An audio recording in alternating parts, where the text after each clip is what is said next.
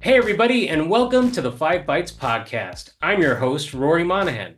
Coming up on this week's episode, OpenAI is seeking another round of funding. Also, a few changes are coming to Windows 11, and cyber attack victim sues researcher who disclosed their breach. For this and more, keep listening to this episode of the podcast, which of course, as always, is brought to you by my sponsors. And that includes Numescent, the inventors of the first and only cloud-native container management platform for Windows desktops. And of course, also brought to you by Master Packager, who makes an application packaging software that helps you build packages that end users love, enterprises want, and the Windows OS needs. If you enjoy the show each week, you have these awesome sponsors to thank. And now for some news. First up this week, FXEmpire.com has reported that OpenAI is seeking a funding round that could value it at over $100 billion. Pretty crazy for a company who's only really existed for the last few years. NVIDIA is rumored to be considering a $100 million investment in OpenAI with this round of funding. There is also some speculation that Microsoft may increase their existing investment, which is already at over $13 billion. And it has been reported that Apple may become an investor with this round of funding too. This comes at a time when there is growing calls for regulations, which does cast a little uncertainty when it comes to the future of Gen AI and its short-term profitability at least. It is interesting to see that with such concern and some skepticism towards AI at the moment, these large vendors are still willing to place a pretty heavy bet. Reuters has reported that Amazon plans to launch a revamped version of their popular Alexa digital assistant in October. The new Alexa will be powered primarily by Anthropic's Claude artificial intelligence models. Rather than its own AI, Amazon plans to charge $5 to $10 a month for its new version of Alexa, as it's going to be using this powerful generative AI to answer complex queries while still offering the classic voice assistant for free. Amazon has reportedly turned to Claude because it performed better than their own AI models. The upgraded Alexa is designed to allow users to seek shopping advice such as which clothes to buy for a vacation and to aggregate news stories. And it is meant to carry out more complicated requests such as ordering food or drafting emails, all from a single prompt. Amazon hopes the new Alexa will also be a supercharged home automation hub, remembering customer preferences so that, say, morning alarms are set or the television knows to record favorite shows even when a user forgets to. Amazon declined to discuss the details of its agreement with Anthropic. It has also previously been reported that Google has also invested at least $2 billion in Anthropic. So it certainly seems like Anthropic and OpenAI are leading the pack when it comes to generative AI. Between the last episode of the podcast and this episode of the podcast, it had been reported that Microsoft's much criticized recall feature can be installed in the latest Windows 11 builds. People were pointing out that this could be a step to appease those who previously raised serious safety concerns with the PC historical timeline and search feature, but Microsoft has now confirmed in a statement to The Verge that this is just a bug, meaning Windows Recall will actually not be removable when it launches. Microsoft's senior product manager Brandon LeBlanc told The Verge that the company is aware of an issue where recall is incorrectly listed as an option under the Turn Windows Features On or Off dialog in the control panel. This will be fixed in an upcoming update. WindowsCentral.com states that it's important to stress that this does not mean recall won't be optional, which is something Microsoft had promised in the past, just that the app itself won't be easily removable from the system. While recall is expected to launch in preview this October, it likely will not begin shipping officially until sometime in 2025. According to figures from StatCounter, Windows 11 has continued its months-long trend of slightly increasing its market share, whilst that of Windows 10 slides. For August 2024, the Stat service recorded a month-on-month sub-1% uptick for Windows 11 to 31.63%. Windows 10's share dropped by a similar amount to 64.14%. Obviously, still a worrying number of machines on Windows 10 at this point, which has to be a concern for Microsoft as Windows 10 goes end of support in October 2025. But while this is the case in the stack counter data, the Steam hardware and software survey for August actually shows Windows 11 has surpassed Windows 10 to become the most used operating system amongst gamers using Steam. Steam's hardware survey statistics for August shows that Windows 11 was used by 50.8% of gamers using Windows PCs, which is up 3.4 percentage points on July's figures. Windows 10 fell back to 48.7%, which is a drop of 3.3% on the month's previous numbers.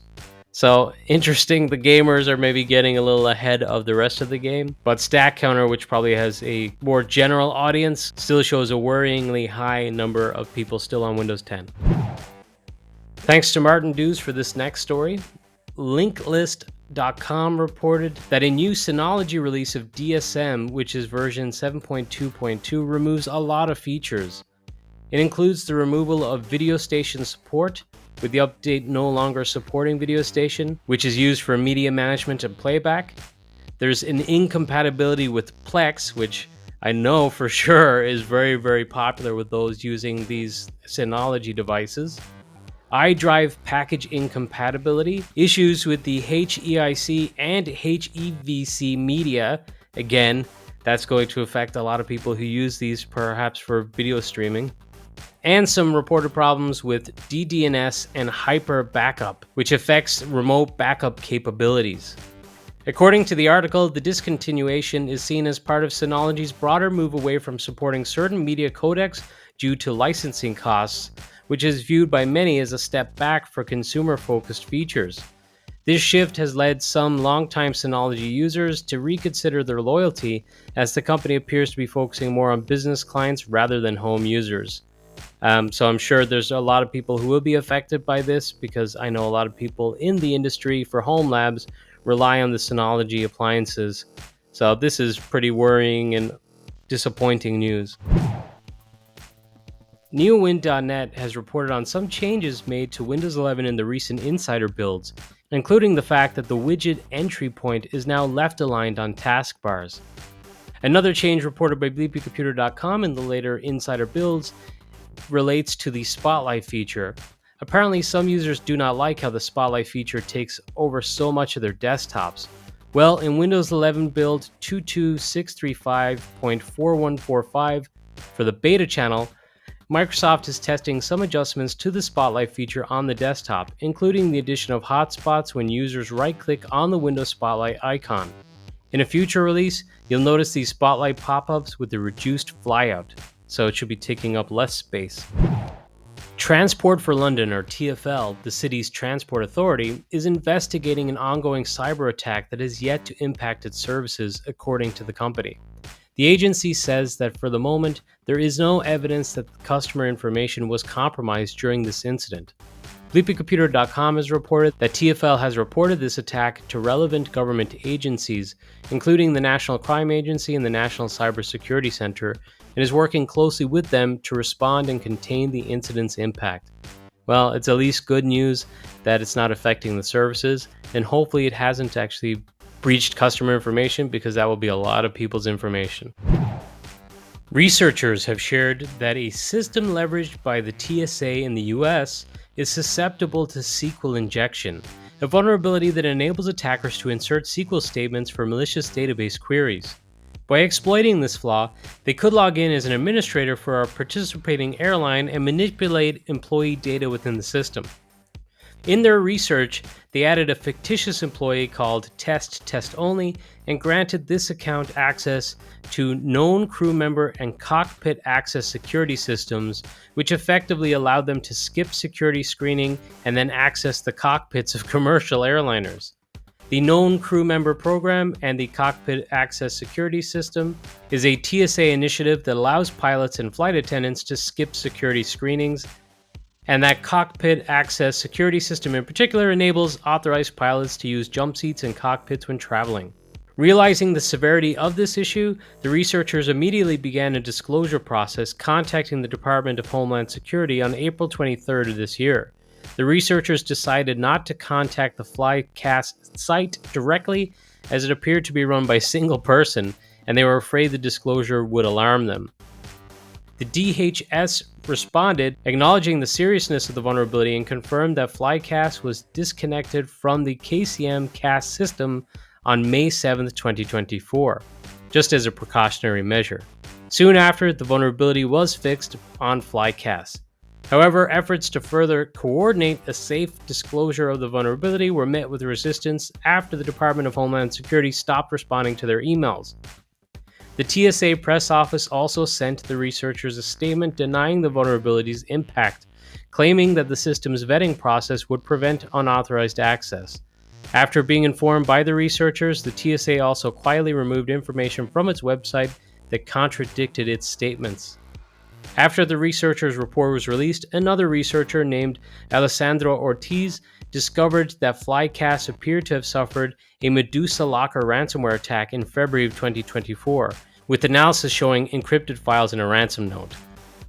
So very interesting handling of this disclosure, and basically, hey, yeah, we've acknowledged it, we fixed it, thank you very much, without following up and giving permission to disclose this and the fact that it had been fixed. It seems like they were hiding their shame a little bit there.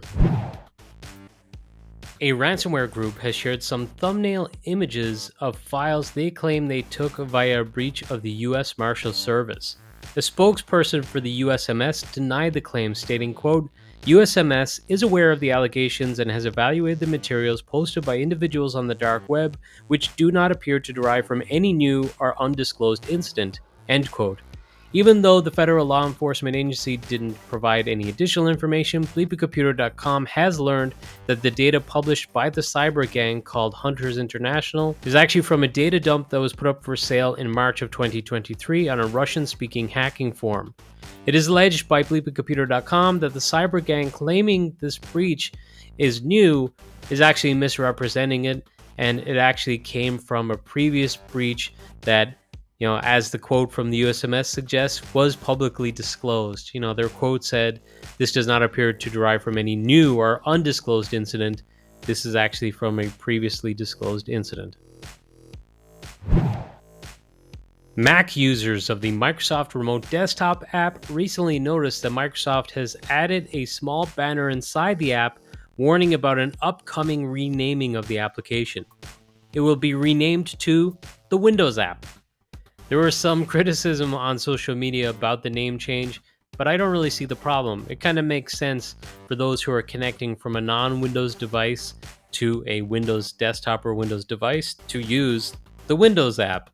They might be connecting to a Windows 365 Cloud PC, an Azure Virtual Desktop, or even just a physical or virtual machine that's in a data center or on their home network.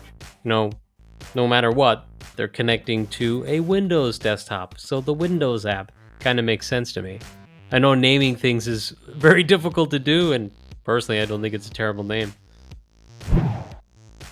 BleepyComputer.com has reported that Google has moved to more than double their payouts for Google Chrome security flaws reported through its vulnerability reward program, with the maximum possible reward for a single bug now exceeding $250,000.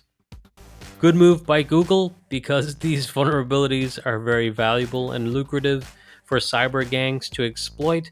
Therefore, they need to make it lucrative for researchers to report these vulnerabilities. Ars Technica has reported that a judge in Ohio has issued a temporary restraining order against a security researcher who presented evidence that a recent ransomware attack on the city of Columbus scooped up reams of sensitive personal information, contradicting claims that were made by city officials. The order, issued by a judge in Ohio's Franklin County, came after the city of Columbus fell victim to a ransomware attack on July 18th that siphoned 6.5 terabytes of the city's data. A ransomware group known as Reseda took credit for the attack and offered to auction off the data with a starting bid of about $1.7 million in Bitcoin.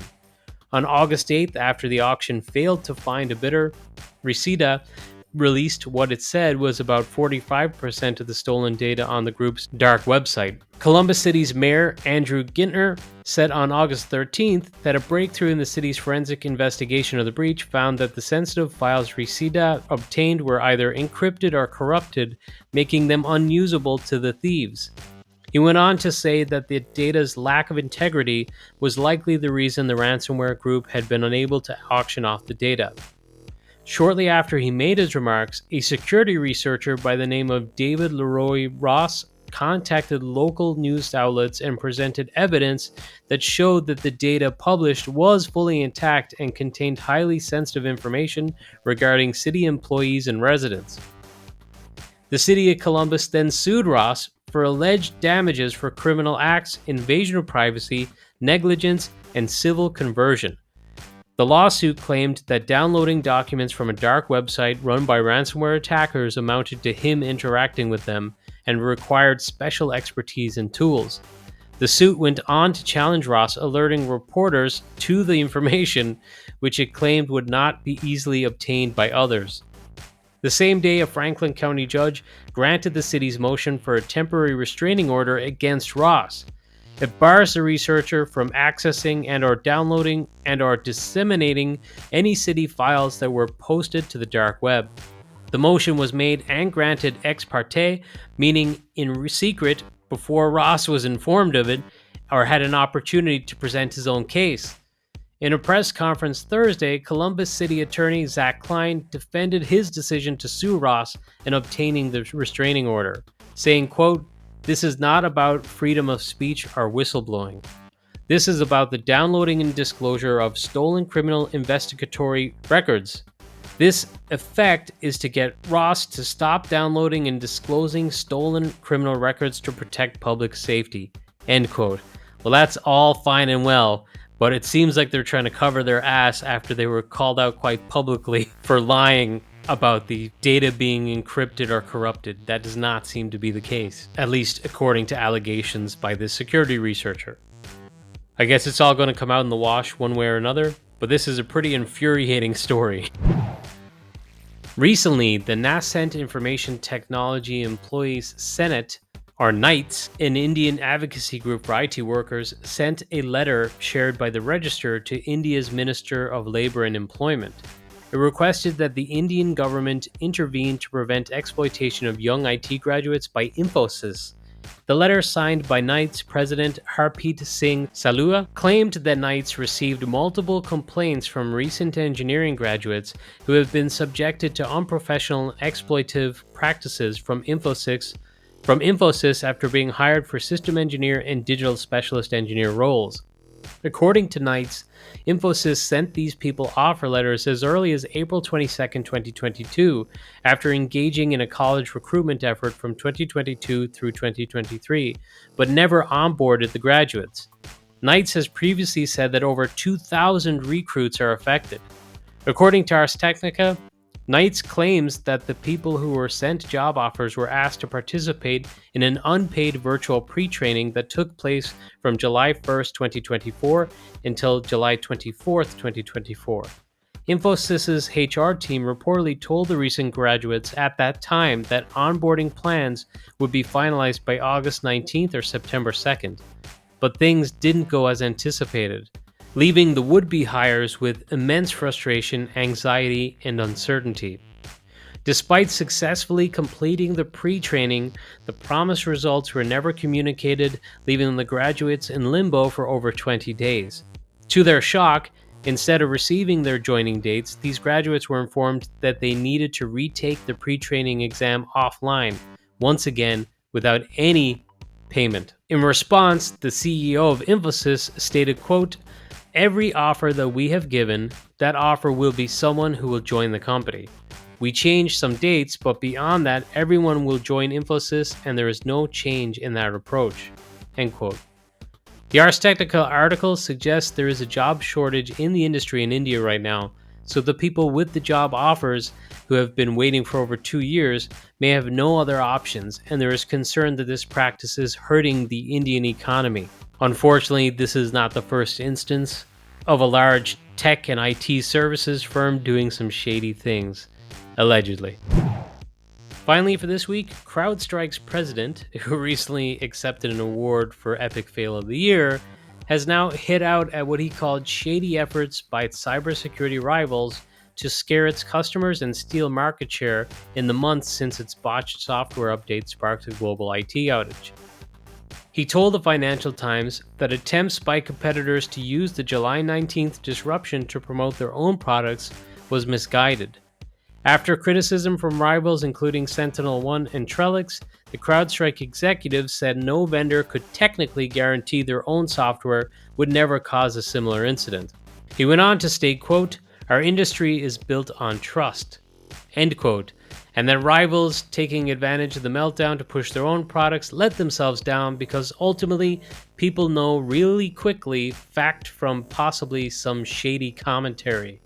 And I saw someone else in the article had referred to it as ambulance chasing, which was a term that was getting thrown about quite a bit back in July when this was all occurring, which I agree with, but at the same time, CrowdStrike kind of has to take its licks for this. And other people could point out the ambulance chasing and criticize that, but maybe CrowdStrike would be better off just getting their head down, forging ahead, and making things better going forward. But now this episode's scripts, tricks, and tips. First up this week, ZD.net posted an article where they go through the best secure browsers for privacy, comparing the likes of Brave, Firefox, and more, which makes for an interesting read, though I do have to say, I used to reference ZD.net quite a bit on the show. I do so less often now because the format of the site is just awful in my opinion. I wish they'd go back to how they used to be. But finally, on this week's episode, Michael Niehaus shared an interesting blog post where he goes through how he basically simulates network performance based off like a WAN type of performance. It could be interesting for those who need to test service reliability and just service performance for something when it's being accessed over a WAN, but allowing you to do so through a simulation. But that's it for this episode of the podcast. As always, thank you so much for listening.